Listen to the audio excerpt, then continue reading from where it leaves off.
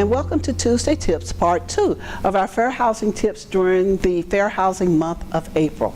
Last week, we had an overview of the Fair Housing Act and the 504 Rehabilitation Act.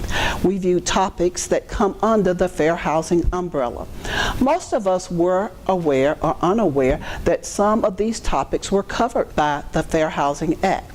Today, let's look at a couple of those topics. First, limited English proficiency, enforced under Title VI of the Civil Rights Act of 1964 on the basis of national origin.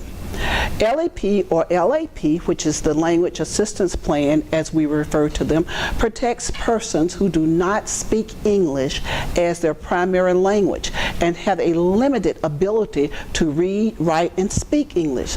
This is an evolving issue in our industry. Secondly, we have sexual harassment and retaliation. As you know, sexual harassment is any unwelcome sexual advances, requests for sexual favors, and other verbal and physical conduct of a sexual nature. And that's covered under Title VII of the Civil Rights Act of 1964. It also covers quid pro quo, meaning this for that or something for something.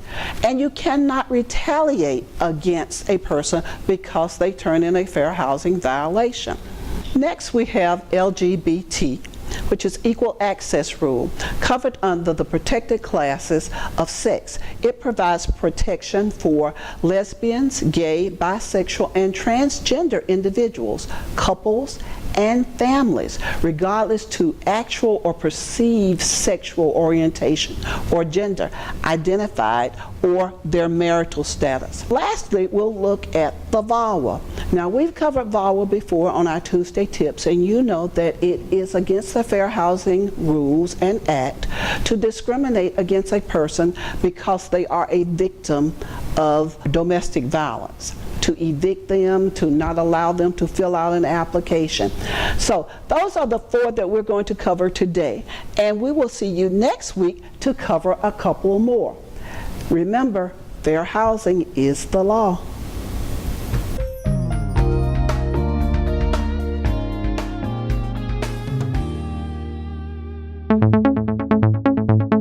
We hope you'll join us Tuesday, April 25th at 10:30 a.m. for another Facebook Live event. Vickie will take your questions and answer them live on Facebook. We'll discuss the topics reasonable accommodations and reasonable modifications. So get your questions ready about those 2 topics. Again, Tuesday, April 25th. Don't miss out on another free educational event.